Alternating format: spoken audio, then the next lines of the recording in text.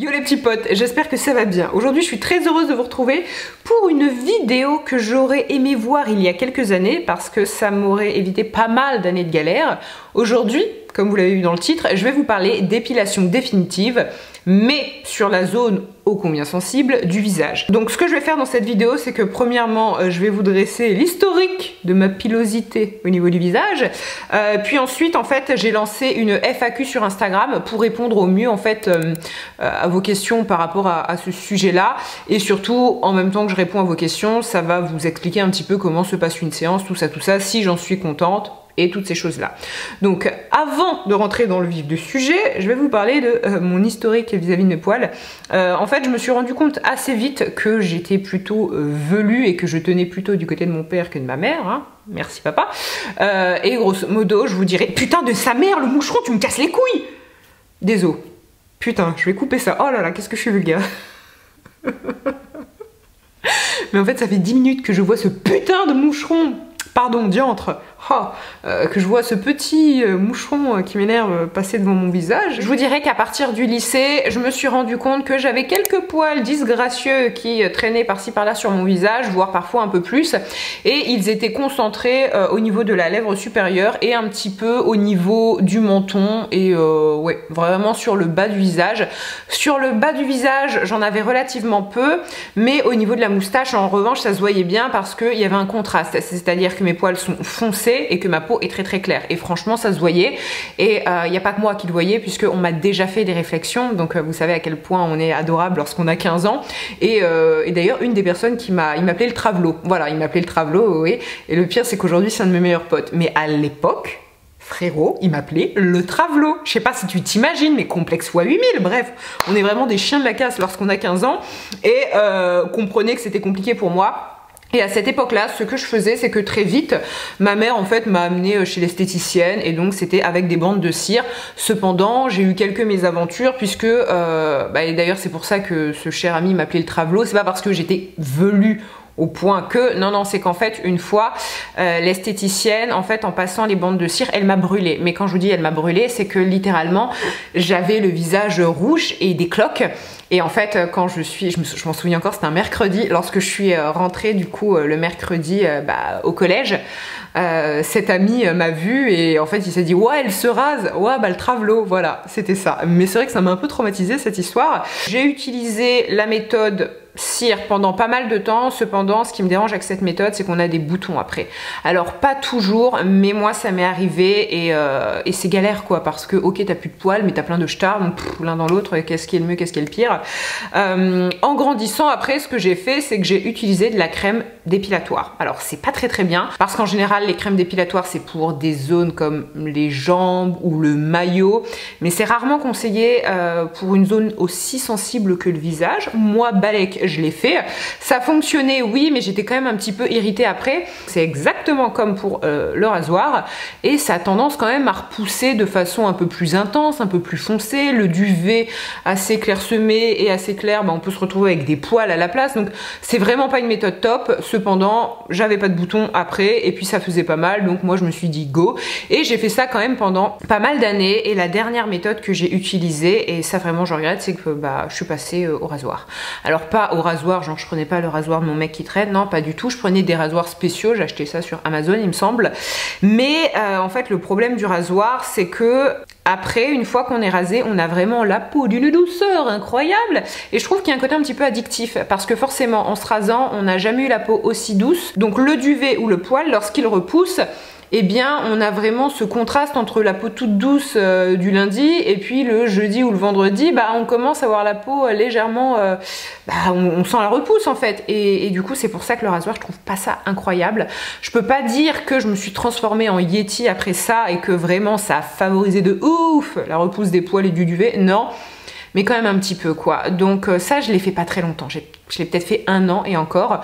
Donc majoritairement ce que j'ai fait c'est la cire au début, puis après la crème dépilatoire pendant des années et finalement le rasoir. Et finalement je suis passée à l'épilation définitive. Je me rappelle qu'à l'époque, peut-être en 2015 ou 2016, Sananas avait fait une vidéo sur ça et elle était très bien sa vidéo, mais je voyais des gens à côté qui parlaient de repousse paradoxale et moi ça me faisait peur. Je sais qu'il existe aussi des produits décolorants, mais comme son nom l'indique, électrique, ça ne fait que décolorer. Donc effectivement, de loin, on ne voit pas, mais de près, si vous avez une pilosité assez marquée, on va juste voir que vous avez des poils, on va les voir tout aussi nombreux, juste ils seront clairs. Après, c'est vraiment à vous, hein, selon votre appréciation, à quel point vous aimez les poils ou non. Personnellement, je sais que je déteste les poils, que ce soit sur un homme ou sur une femme. Je n'aime même pas la barbe chez un homme, pour vous dire. Donc voilà, moi je suis pas du tout team poil. Après, il est là, il est revenu le moucheron. Ouah, je vais déglinguer, frère. Niqué! Yes, je l'ai niqué. Pardon. Bref, je disais, votre rapport au poil, il est très personnel, vous aimez ou pas. Voilà, moi perso, ça m'a toujours dérangé et donc vraiment, je bénis l'épilation définitive et pour moi, tout s'est bien passé. Donc maintenant que je vous ai dressé un petit topo de ce que j'utilisais avant tout ça, comment ça se passait, je vais vous parler un petit peu plus du traitement. Alors tout d'abord, le premier point que j'aimerais préciser, c'est que personnellement, j'ai fait mes séances d'épilation définitive chez Lazeo à Nancy et je n'ai eu aucun souci, tout s'est très très bien passé. Je le précise parce que parfois lorsque je parle d'épilation définitive sur Instagram, j'ai certains de vos retours et c'est vrai que ça peut varier dépendamment du médecin que l'on voit, dépendamment déjà de nous, notre personne, notre ressenti, tout ça. Donc c'est pour ça qu'aujourd'hui là dans cette vidéo, moi je vous parle de mon expérience avec ma personne, hein, forcément pas le voisin. Et puis voilà, dans le centre Lazeo à Nancy, moi j'ai beaucoup aimé l'équipe, il n'y a eu aucun souci. D'ailleurs si vous avez envie, j'ai un code Lazeo qui vous donne droit à moins 10%. Alors je ne sais plus exactement sur quoi c'est valable, mais je vous mets toutes ces infos en barre d'infos si jamais ça vous intéresse et Lazeo ne va pas rémunérer pour faire cette vidéo. La première question, c'est comment se passe une séance? Eh bien c'est très très simple, vous ne rasez pas, surtout pas, votre visage avant d'y aller. Moi je sais que justement j'avais fait la connerie. La toute première séance, j'y suis allée en ayant le visage rasé et en fait je suis repartie.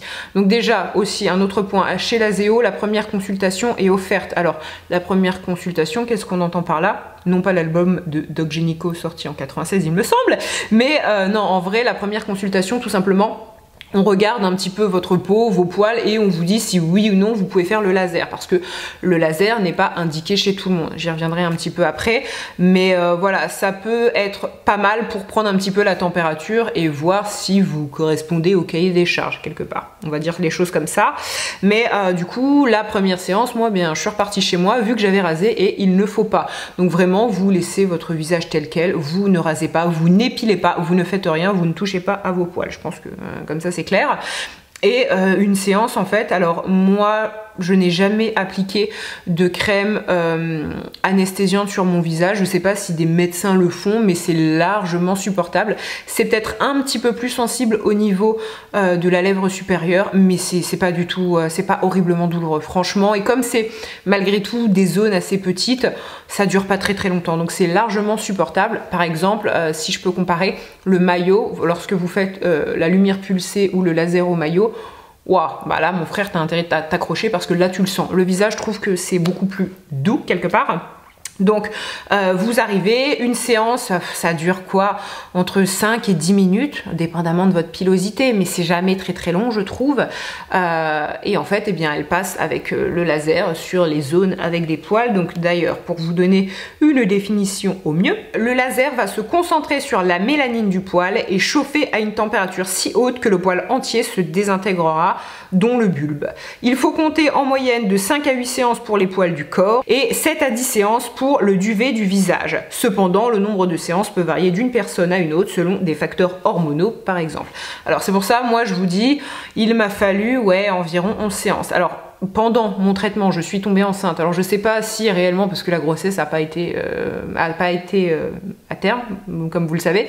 Je sais pas si ça a une incidence. Très honnêtement, je ne pense pas, parce que j'ai pas eu le temps vraiment. Je me suis fait avorter très très vite, donc je pense pas que ça ait réellement changé quelque chose d'un point de vue hormonal. Aussi, un autre point que j'aimerais préciser, c'est l'épilation laser est-elle vraiment définitive? Parce que parfois, on entend un peu tout et n'importe quoi à propos de ça, et Lazeo y répond très très bien à ça. Ils disent « L'épilation laser n'est pas considérée comme une épilation définitive dans l'absolu, mais comme une épilation permanente, ou autrement dit, une épilation progressivement définitive. C'est-à-dire qu'elle permet l'éradication des poils, mais qu'elle n'empêche pas la pousse de nouveaux poils fins et clairs au bout de quelques années. Bien sûr, ces nouveaux poils restent isolés, le patient ne va pas retrouver sa pilosité d'origine et il est conseillé de faire 1 à 2 séances d'entretien 1 fois par an. Alors ça, c'est assez variable selon les personnes, mais c'est vrai que pour certaines raisons, notamment par exemple une grossesse, vous n'allez pas vous retrouver avec votre pilosité d'origine, mais ça peut favoriser la repousse de nouveaux poils. C'est pour ça que si vous avez pour projet de tomber enceinte prochainement, d'ici 1 an, 2 ans, 3 ans, peut-être il est plus judicieux de remettre à plus tard votre épilation définitive pour éviter de perdre de l'argent pour rien, hein, très honnêtement. Mais c'est vrai que ça, c'est un point que je tiens à préciser, c'est que quand on dit épilation définitive, oui et non, en fait, il n'y a aucune épilation qui est 100% définitive parce que vous n'êtes pas à l'abri de nouveaux poils qui repoussent. Alors ça va pas être non plus comme avant, mais ça peut arriver et ça c'est quelque chose qui est important, qu'il précise hein, lorsque vous commencez votre traitement, on vous l'explique, mais c'est vrai que parfois on a tendance un petit peu à l'oublier. Ensuite, un autre point que j'aimerais préciser, c'est est-ce que l'épilation laser c'est pour tout le monde? Eh bien non. Alors peu importe votre couleur de peau, votre phototype, ça c'est ok, c'est-à-dire que vous ayez la peau claire ou la peau foncée, il existe 2 types de laser et il y a un laser qui peut tout à fait être adapté si vous avez la peau noire, mais on va pas utiliser le même que sur une peau claire par exemple, donc ça c'est ok. Cependant, si vous avez des poils blonds ou du duvet blond, là c'est mort. C'est mort pour le laser. Il existe une autre méthode qui s'appelle l'épilation électrique à haute fréquence. Donc ça, l'Azeo le fait, mais c'est un protocole qui est un petit peu différent. C'est, il me semble, un peu plus douloureux et les séances sont un petit peu plus longues puisqu'on s'attaque vraiment, c'est du poil à poil. Donc ça, je ne veux pas faire de vidéo à propos de ça parce que tout simplement, je n'ai pas testé, mais je vous laisse vous renseigner. Pour les personnes qui ont vraiment un duvet très très clair, sachez que le laser n'est pas adapté. Donc c'est aussi pour ça qu'il est important d'aller voir un vrai professionnel qui va pas, je sais que chez l'Azeo, quand j'en parlais avec la technicienne, elle me disait que justement, bah oui, parfois ils refusaient des personnes. Parfois on entend des informations qui sont pas forcément concordantes à propos de tout ça, mais là vous avez la réponse. Donc je vais passer maintenant à vos questions. Et première question justement, c'est qu'en est-il de la repousse paradoxale qui est très souvent évoquée? Moi c'est exactement pour ça que je ne l'ai pas fait pendant des années, parce que ça me faisait peur. Je voyais des photos parfois traîner sur internet et puis il y avait des personnes qui se retrouvaient avec des poils dans le cou, mais des cheveux limite. Et en fait la repousse paradoxale, alors sachez que c'est un phénomène qui est quand même très rare, mais qui est totalement imprévisible. Ça peut arriver, on ne sait pas pourquoi, c'est comme ça. Moi, je dois vous avouer que j'ai serré les fesses pendant les 11 séances parce que, en plus de ça, c'est un phénomène qui peut apparaître au bout de la 5e séance, comme au bout de la première, comme au bout de la 10e. On ne sait pas du tout. Alors c'est rare, encore une fois, je tiens à le préciser. C'est en général des nouveaux poils qui poussent à un endroit en fait à côté d'une zone où vous avez passé le laser et ouais, parfois les cas sont un peu particuliers. Il existe des solutions pour en venir à bout, en tout cas si ça se déclare. Donc voilà, ne vous inquiétez pas, hein, vous n'êtes pas condamné si jamais vous n'avez pas de chance et que vous avez une repousse paradoxale, vous n'êtes pas condamné à rester un petit yéti, pas du tout, hein, il existe des solutions. C'est d'ailleurs pour ça qu'on recommande l'épilation électrique à haute fréquence sur des zones en fait où vous avez des poils notamment assez clairs, puisque alors je sais pas s'il y a réellement un lien entre la repousse paradoxale et les poils clairs, mais c'est vrai que moi je sais que la technicienne, lorsqu'elle me passait le laser, elle me dit je préfère pas trop insister sur des zones où c'est un duvet fin, parce que effectivement on se rend compte que parfois la repousse paradoxale c'est quand on essaie un peu trop, ou quand on insiste en fait sur des zones où il aurait pas fallu insister. Donc c'est pour ça, dites-vous que votre visage n'est pas fait pour être totalement lisse et sans poils. Quand il y a des petits duvets, vraiment évitez, parce que justement parfois la repousse paradoxale elle est arrivée parce qu'on a essayé de s'attaquer à ce duvet là qui n'est pas du tout dramatique, hein, franchement. Donc voilà. Mais pour les personnes du coup qui ont le poil très clair ou qui veulent éradiquer un duvet où le laser ne sera pas forcément efficace et où le laser pourrait favoriser du coup une repousse paradoxale, on passe par l'épilation électrique à haute fréquence, mais les séances sont un petit peu plus chères et forcément un petit peu plus longues puisque c'est vraiment du poil à poil. Donc dans ce cas-là, voilà, moi je suis pas médecin, je pourrais pas plus vous renseigner, mais n'hésitez pas à poser la question à votre médecin justement. Une autre question qui est pas mal revenue, c'est est-ce qu'on risque d'avoir une repousse énorme après un changement hormonal par exemple? Alors ça effectivement c'est quelque chose qui est possible. Comme je vous l'ai expliqué, si vous prévoyez une grossesse à court ou moyen terme, il serait peut-être plus judicieux du coup de décaler l'épilation définitive après cette grossesse et ça peut arriver. Alors vous allez rarement vous retrouver avec encore plus de poils que par exemple au début, mais oui vous pouvez, si vous avez fait l'épilation définitive avant, vous avez quasiment plus de poils, oui vous pouvez vous retrouver avec de nouveaux poils et donc ça peut être, c'est quand même dommage, c'est de l'argent jeté par les fenêtres, donc c'est pour ça qu'on conseille. Alors après un changement hormonal c'est pas forcément lié à une grossesse, mais en tout cas si vous prévoyez de tomber enceinte, il vaut peut-être mieux faire ça après après. Autre question, est-ce qu'il y a certaines conditions, entre parenthèses, âge d'un point de vue hormonal, etc. Merci. Alors pour l'âge, il vaut mieux commencer une fois que les hormones sont stables, donc grosso modo après 22 ans, sauf dans des cas d'hyperpilosité, mais ça encore une fois c'est au cas par cas, donc n'hésitez pas à vous renseigner. Une autre question aussi me demandait si le laser pouvait laisser des traces sur la peau. Alors de ce côté-là, soyez rassurés, ça ne laisse aucune trace sur la peau, hein, vraiment aucun problème de ce côté-là. Une autre question que l'on m'a posée, c'est t'as vu des résultats au bout de combien de temps? Et je vous dirais que mon traitement globalement il a duré 1 an, puisque vous faites une séance toutes les 4, 5 à 6 semaines, ça dépend après de la repousse, de votre repousse tout simplement, mais je vous dirais moi qu'en 1 an globalement, je me suis totalement débarrassée des poils sur mon visage. Cependant, j'ai vu un résultat au bout de la 2e, 3e séance, assez vite en fait. Après moi j'avais quand même des poils qui étaient assez foncés et ouais, dès la 2e, 3e séance je voyais déjà une belle différence, et je vous dirais qu'après la 5, 6e encore plus, et c'était vraiment frappant. Et durant tout mon traitement en fait, durant 1 an et quelques, bien sûr, comme je vous l'ai expliqué, je n'ai pas rasé, je n'ai pas épilé, je n'ai rien fait du tout, et ça m'a pas gêné, ça m'a pas complexé. Donc pour vous dire que très vite en fait ça a été efficace, parce que si j'avais fait ça à un autre moment, c'est-à-dire avant de faire l'épilation définitive, ça n'aurait pas été possible pour moi de rester par exemple 8 semaines sans rien faire, parce qu'au bout de 8 semaines j'aurais clairement eu des poils qui allaient bien se voir. Or là j'ai vraiment pas été embêtée. Et finalement une des dernières questions, c'est comment ça se passe si on a des grains de beauté sur la zone où l'on veut dépoiler. Elle m'a fait rire en écrivant sa question comme ça, mais grosso modo pour les grains de beauté en fait on les marque en blanc pour que le laser ne les détecte pas et on ne passe pas dessus. Donc voilà, vous inquiétez pas, il n'y a aucun risque par rapport à ça. Moi j'ai pas, perso, j'ai pas de grains de beauté sur le visage, mais ne vous inquiétez pas. Donc voilà, je crois que j'ai à peu près fait le tour des questions. Si jamais vous avez encore d'autres questions, n'hésitez pas à me les poser en commentaire, j'y répondrai avec grand plaisir. Mais voilà, moi vraiment retenez que ça a changé ma vie. Alors c'est peut-être un peu fort dit comme ça, hein, mais vraiment j'ai vu une énorme différence et je suis beaucoup plus tranquille maintenant, parce que tout simplement j'ai plus rien à faire.